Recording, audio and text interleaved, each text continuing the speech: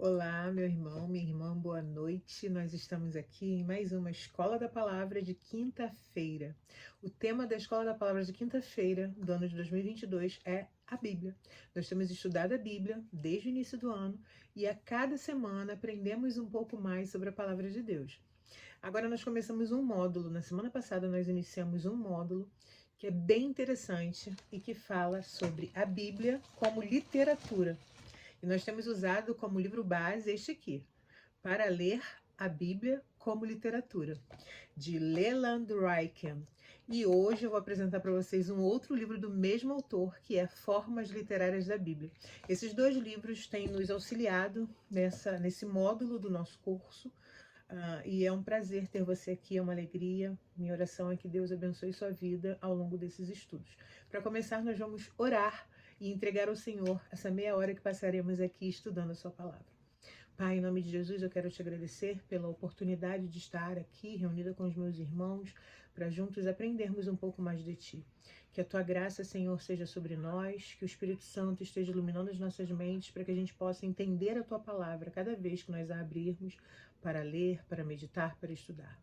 Se conosco durante esta aula, abençoa as nossas vidas em nome de Jesus. Amém.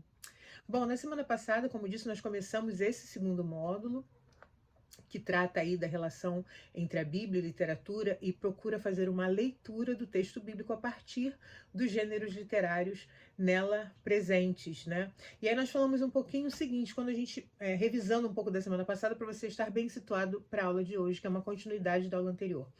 Quando nós abrimos o texto bíblico, nós primeiro nos perguntamos, né, o que afinal estamos lendo? Que texto é esse que está diante de nós? Quando pegamos a Bíblia Sagrada, nós sabemos que é a Bíblia, que é a palavra de Deus, mas como é que a gente faz a leitura desse livro? Óbvio, né? A gente precisa primeiro da orientação do Espírito Santo de Deus para que a gente possa compreender as palavras desse livro, para que elas ganhem vida, para que elas promovam vida na nossa vida, não é? Precisamos disso e essa é uma condição sem a qual a gente vai se aproximar do livro como se aproxima de um livro qualquer, né? Quando na verdade a gente sabe que a Bíblia é a palavra de Deus, a nossa única regra de fé e de prática. Por isso é necessário que a gente se aproxime desse texto a cada dia para conhecer mais o Deus da palavra e a palavra de Deus.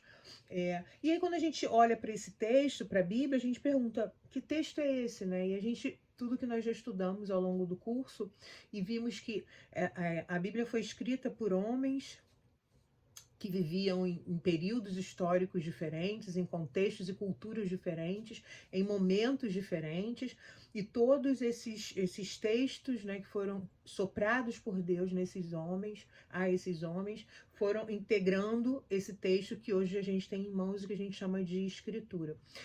Esses textos, portanto, formam uma grande narrativa, né? Formam uma grande história, uma biblioteca, na verdade, como dissemos na semana passada, já que a Bíblia contém 66 livros, ela é um livro quando a gente olha assim, né? A gente pega um, mas aqui dentro há 66 livros. Então, esses textos, esses diversos livros, né? Eles foram escritos de maneiras específicas. E é muito importante que a gente compreenda que se um texto foi escrito, não é?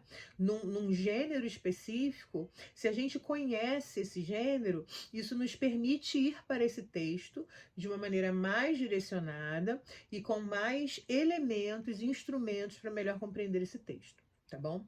Então, por isso que a gente está fazendo uma abordagem da Bíblia como um texto literário, enquanto um texto literário.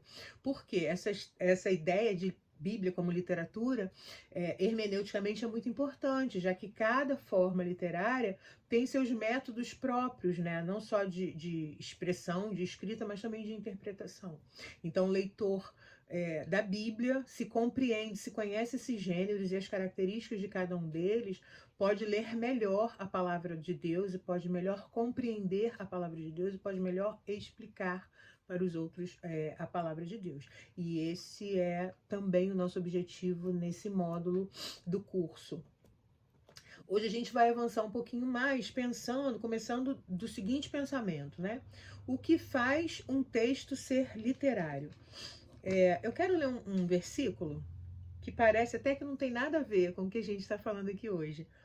Veja, está no livro de Salmos, é um salmo de Davi, Salmo 63, versículo 1. Vamos ler até o versículo 4, Salmo 63, do 1 ao 4, que diz assim: Ó Deus, tu és o meu Deus forte, eu te busco ansiosamente, a minha alma tem sede de ti, meu corpo te almeja como terra árida, exausta, sem água. Assim eu te contemplo no santuário, para ver a tua força e a tua glória, porque a tua graça é melhor do que a vida, os meus lábios te louvam. Assim, cumpre-me bendizer-te enquanto eu viver. Em teu nome levanto as mãos. Veja que esse texto é um texto poético, né?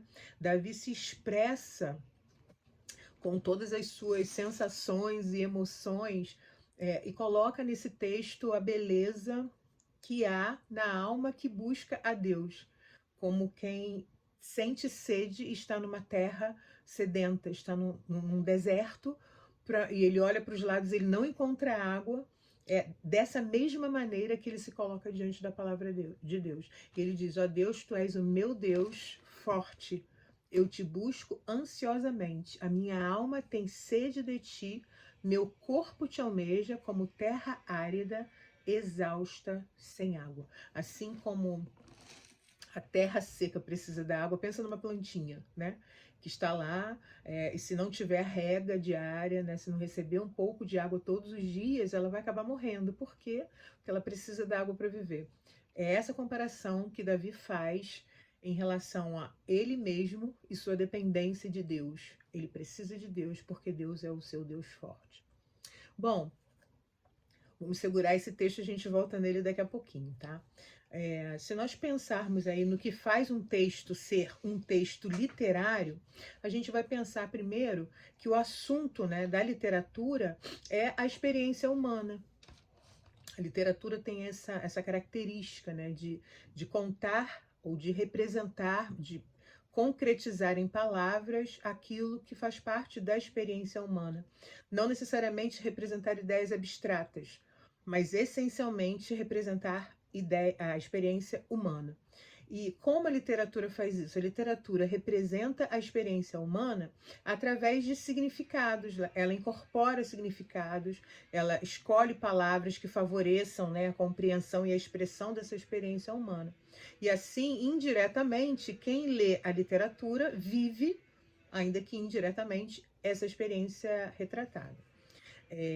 Um recurso interessante de que a literatura lança a mão para provocar essa experiência humana, esse retrato, esse registro da experiência humana, é o uso de ilustrações. As ilustrações nos ajudam a compreender a história que está sendo contada, ou a situação que está sendo vivenciada, né?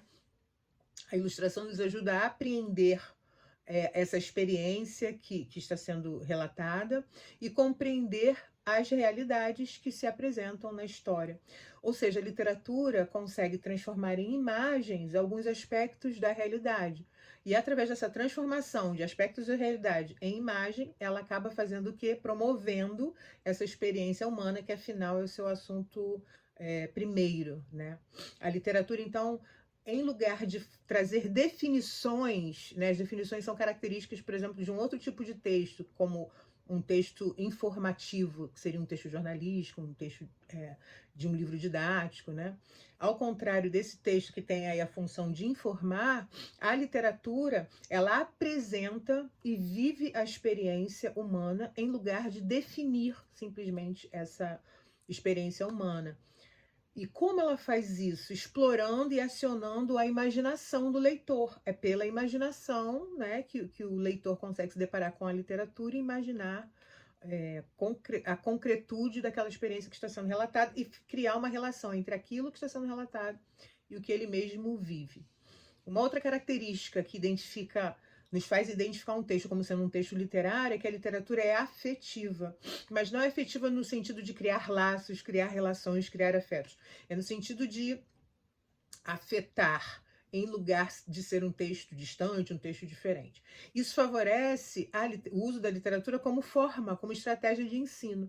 Por isso é muito comum, por exemplo, numa pregação, o pastor, o preletor, iniciar contando uma história, ou ao longo da pregação trazer algumas narrativas. Por quê? Porque essas narrativas trazem aí esse tom de criar afetos, né? Afetar o público que está ouvindo ou que está lendo, e assim facilitar ou favorecer essa vivência da experiência humana que está sendo relatada. Bom, um texto narrativo, um texto literário, não só narrativo, precisa ter unidade, precisa ter coerência, precisa ter ênfase, né? E na semana passada nós falamos um pouquinho dessas características através da parábola do bom samaritano, né? Então a gente pode pensar em dois tipos distintos de texto. O texto que é o literário e o texto que é expositivo. O literário é aquele que atiça a imaginação do leitor, trazendo para dentro do texto, né, a fim de recriar uma experiência humana, uma situação humana vivida pelos personagens, pela história que está sendo narrada. O texto expositivo, ao contrário, é aquele que é informativo, ele transmite os fatos objetivamente e define esses fatos, explica esses fatos e acabou. Os dois textos são muito importantes, mas há uma maneira diferente, ou melhor, o efeito de cada um deles é diferente, né? Os dois textos, tanto o texto literário quanto o texto expositivo, são textos importantes e a gente encontra os dois tipos de texto na Bíblia. Vamos pegar, por exemplo, a história de Caim e Abel. Essa história nos leva ao conceito, né, ao mandamento de não matar. Não é? Mas veja que a narrativa de Caim e Abel é toda estruturada e não traz no final uma lição de moral em que se diga assim, então, diante disso fica o aviso, não matem, ou fica a ordem, não matem. Não acontece isso. O que acontece é que a gente tem nessa história uma narrativa que é contada e através dessa narrativa a gente chega à conclusão de que não devemos matar. Vamos lá ao texto bíblico? Nós estamos em Gênesis 4, a partir do versículo 8. Gênesis 4, a partir do versículo 8. Hoje eu estou aqui com a Bíblia de Estudo de Genebra, uma Bíblia de Estudo que vai te ajudar bastante a crescer na graça e no conhecimento do nosso Senhor e Salvador Jesus Cristo. Fica a dica se você quiser adquirir. Você encontra inclusive na bookstore da nossa igreja, a Igreja das Américas. Vamos lá. Gênesis 4, verso 8 diz assim: o primeiro homicídio é o subtítulo dessa seção do livro, do texto.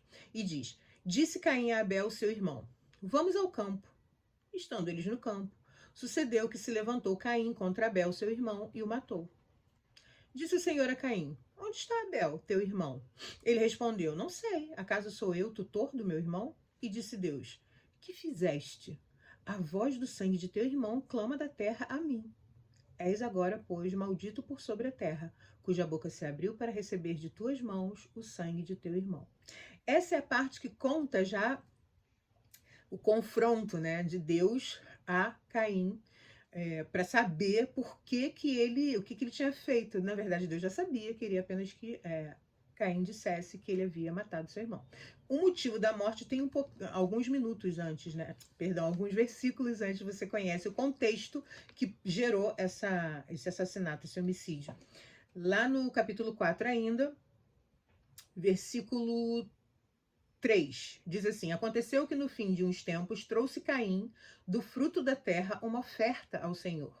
Abel, por sua vez, trouxe das primícias do seu rebanho e da gordura deste.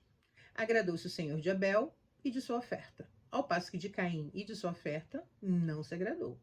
Irou-se, pois, sobremaneira Caim e descaiu-lhe o semblante. Então lhe disse o Senhor: por que andas irado e por que descaiu o teu semblante? Se procederes bem, não é certo que serás aceito? Se todavia procederes mal, eis que o pecado jaz à porta. Seu desejo será contra ti, mas a ti cumpre dominá-lo. Esse é o contexto que precede esse momento que lemos, em que Deus vai até Caim e inquire a ele sobre seu irmão, até que Caim diga: eu matei o meu irmão. Veja, tem uma história, tem uma narrativa que traz pra gente a contextualização que nos leva a refletir sobre o mandamento do Senhor, não matarás. Esse mandamento vai aparecer mais à frente, em Êxodo 20. O que a gente tem é que nesse texto, esse texto que lemos é um texto altamente literário, ele não é só expositivo. Ele não está apenas informando: Caim matou Abel, ou homem mata seu irmão, como se fosse uma manchete de jornal. Não. Ele está trazendo uma vivência, mostrando uma experiência humana e fazendo isso através da contação de uma história, da narrativa de uma história.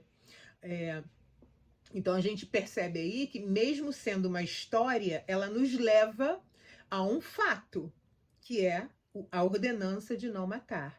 Então, queridos, na Bíblia a gente vai encontrar tanto o texto literário, que é esse texto que tenta recriar, né, a experiência e a vivência humana, estimulando a criatividade, a inserção do leitor no contexto do texto, no cenário apresentado e tal, e também o texto expositivo, que é aquele que transmite os fatos de maneira mais objetiva.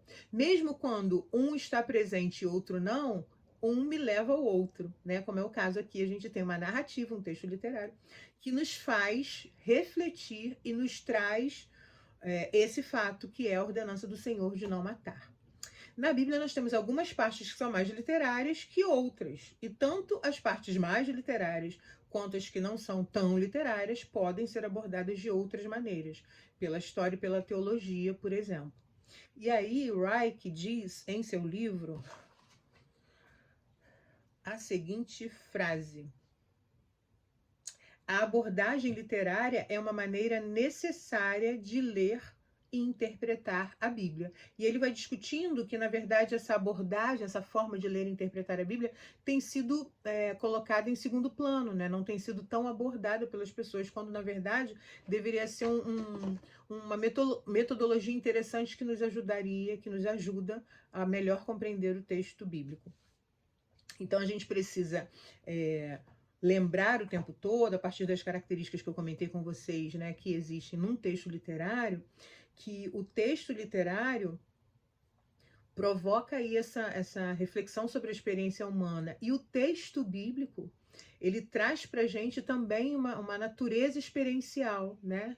De provocar em você experimentar aquilo que está sendo escrito, aquilo que está sendo dito. E aí eu volto ao texto de Salmo 63, que eu li no início.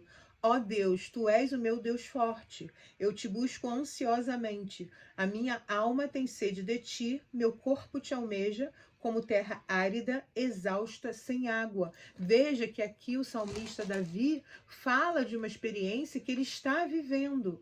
Então, essa natureza experiencial está aqui no texto bíblico, né?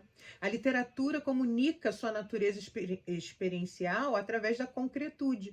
Esse texto concretiza para a gente aquilo que o poeta Davi sentia no momento, né? Percebia no momento, ao comparar a sua vida sem Deus como a vida de alguém, de uma terra que está seca, que necessita da água, da chuva, para que volte a produzir vida, né? A gente pode trazer também o texto lá de Atos 3, de 1 a 5, que é uma passagem que você deve conhecer muito bem, que é a cura de um coxo. Atos 3, de 1 a 5. O texto diz assim: Pedro e João subiam ao templo para a oração da hora 9.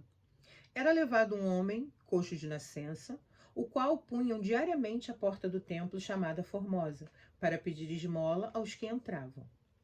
Vendo ele a Pedro e João, que iam entrar no templo, implorava que lhe dessem uma esmola. Pedro, fitando-o juntamente com João, disse: Olha para nós. Ele os olhava atentamente, esperando receber alguma coisa. Pedro, porém, lhe disse: Não possuo nem prata nem ouro, mas o que tenho, isto te dou. Em nome de Jesus Cristo, o Nazareno, anda. E tomando-o pela mão direita, o levantou. Imediatamente os seus pés e tornozelos se firmaram, de um salto se pôs em pé, passou a andar e entrou com eles no templo, saltando e louvando a Deus. Viu-o todo o povo a andar e a louvar a Deus, e reconheceram ser ele o mesmo que esmolava, assentado à porta formosa do templo, e se encheram de admiração e assombro por isso que lhe acontecera. Vejam que aqui nós temos mais uma vez uma narrativa que traz pra gente, conta pra gente a história desse coxo que ficava ali na porta do templo, a porta formosa do templo, e já era uma figura conhecida, as pessoas passavam por ali e o viam com frequência, e nesse dia passam por ali Pedro e João.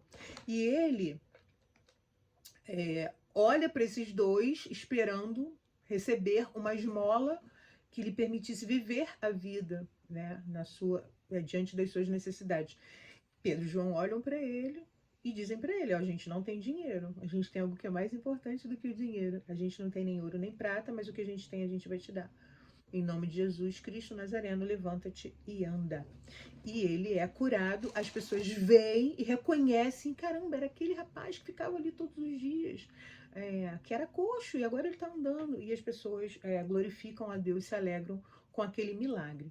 Veja só, a gente tem detalhes nessa narrativa que a tornam um texto, uma história concreta.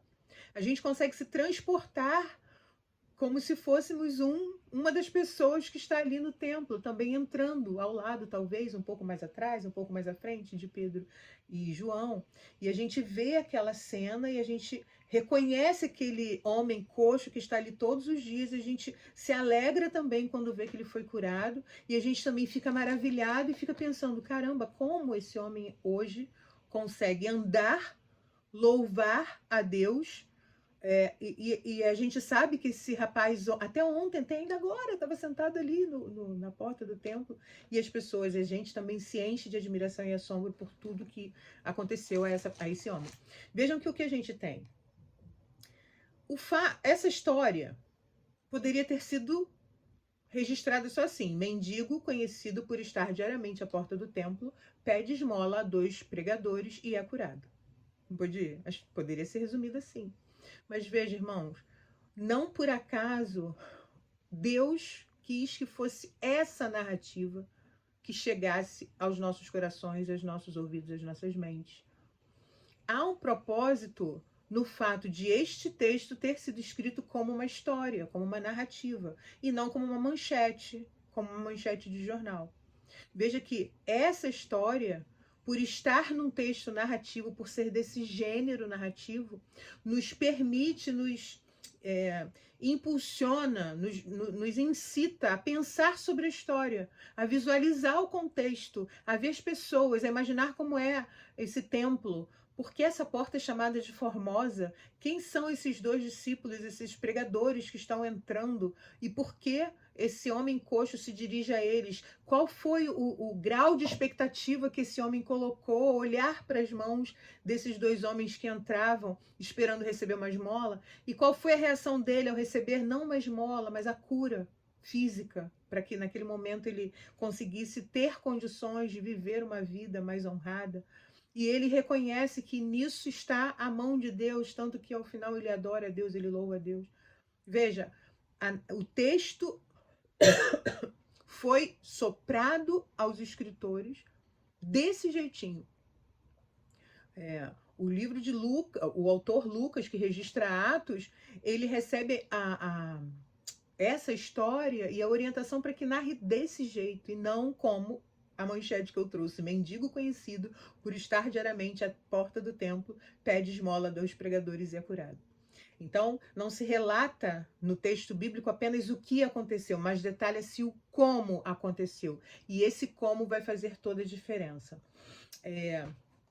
Também o Reich vai dizer, um pouquinho mais à frente, na página 18, o seguinte: o texto bíblico está cheio de contextos das sensações e das ações da vida cotidiana e incorpora ideias na forma de imagens poéticas, em histórias de personagens em ação e ao viver situações em que os leitores podem participar por meio da imaginação.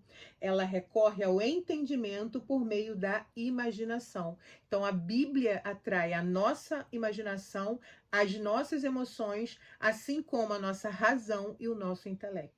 Ela transmite mais do que ideias abstratas, pois seu objetivo é expressar toda a realidade. A Bíblia reconhece que a visão de mundo de uma pessoa consiste tanto de imagens e símbolos como de ideias e proposições. Então, tudo isso é utilizado pelo Espírito Santo de Deus para falar aos nossos corações e trazer aos nossos corações a mensagem de Deus, a mensagem de redenção, a palavra que está escrita na Bíblia.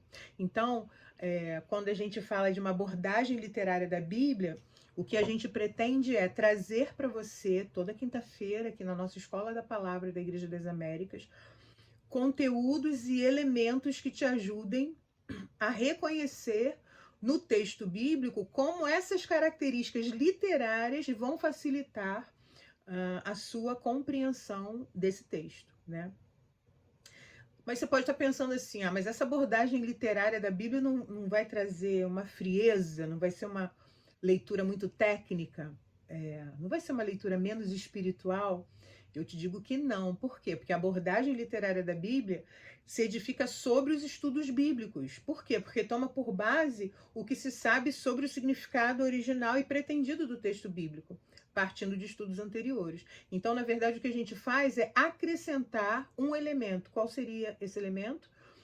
As características e as especificidades do gênero literário no qual aquele texto está escrito. Isso nos ajuda a compreender um pouco melhor o texto.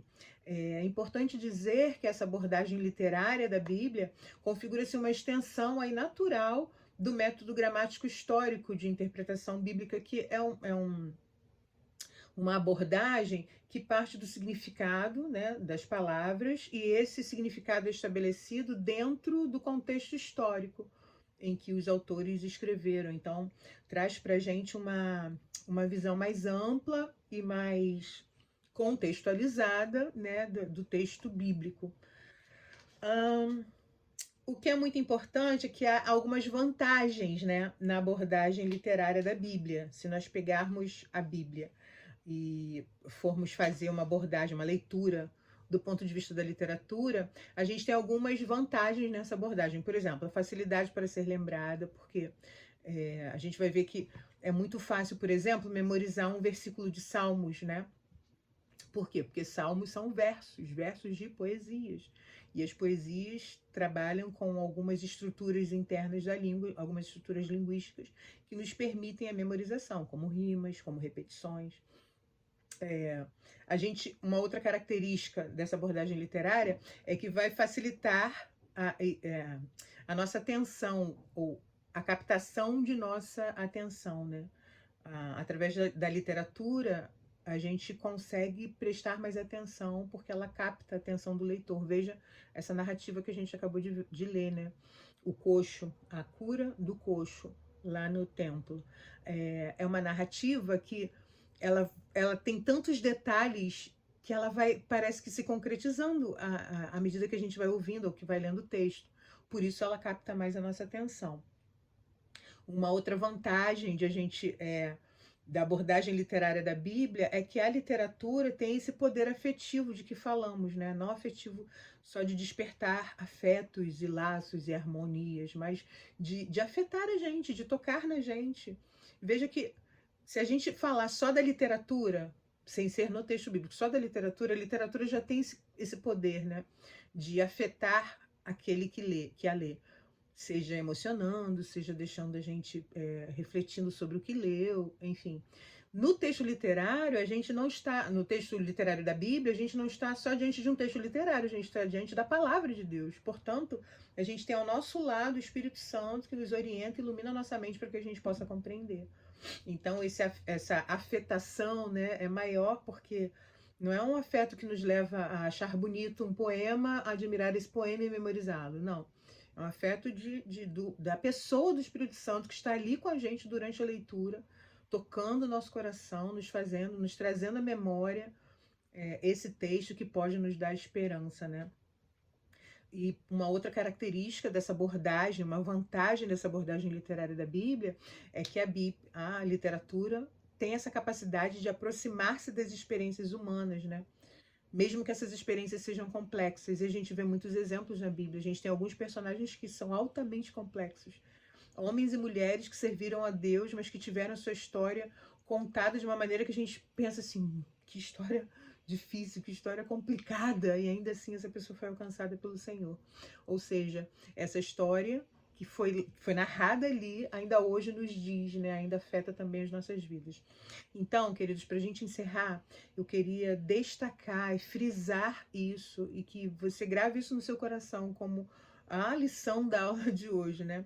Estudar a Bíblia como literatura, ler a literatura que há na Bíblia, não significa que a gente vai abordar o texto da Bíblia de maneira fria, de maneira técnica, não. Significa que a gente vai ler a Escritura com mais elementos para compreender o texto bíblico. Esse livro aqui, que eu mostrei no início, que é um livro também que está nos ajudando e vai nos ajudar nas aulas, especialmente nas aulas daqui para frente, é como um dicionário, né, de diversos tipos de gêneros literários e de formas literárias que há na Bíblia, explicando, né, por exemplo, história de escolha, drama, descrição, diálogo, clímax, cena padrão, arquétipos, bem-aventuranças, ações de graças, como é que isso aparece na Bíblia, no texto bíblico, e como conhecer essas formas literárias pode nos ajudar a ler o texto e compreender o texto sagrado, sabendo que nós somos tão pequenos e que não é a nossa inteligência que vai nos fazer compreender o texto, mas a presença do Espírito Santo nos conduzindo durante a leitura, durante o estudo. E eu queria, para terminar, ler um trechinho em que Ryken resume esse primeiro capítulo dele, que se chamou A Bíblia é Literatura. E ele diz assim: a Bíblia exige uma abordagem literária porque seu escrito é literário por natureza. A Bíblia é um livro empírico que transmite a realidade concreta da vida humana. Ela está repleta de provas de arte e de beleza literárias, muitas delas na forma de gêneros literários. A Bíblia também faz uso de recursos de linguagem que podemos considerar literários. Portanto, uma abordagem literária presta muita atenção a todos esses elementos da forma literária, pois é por meio deles que a Bíblia comunica a sua mensagem. E que a cada dia o autor da Bíblia fale ao seu coração, fale ao meu coração e nos ensine sobre ele, sobre o seu caráter, e dessa maneira que a gente seja transformado pelo poder que há no nome do Senhor Jesus e na sua palavra, viva, eficaz, mais penetrante do que qualquer espada de dois gumes, e que é capaz de discernir as nossas intenções, as intenções do nosso coração, e nos conduzir pelo caminho certo.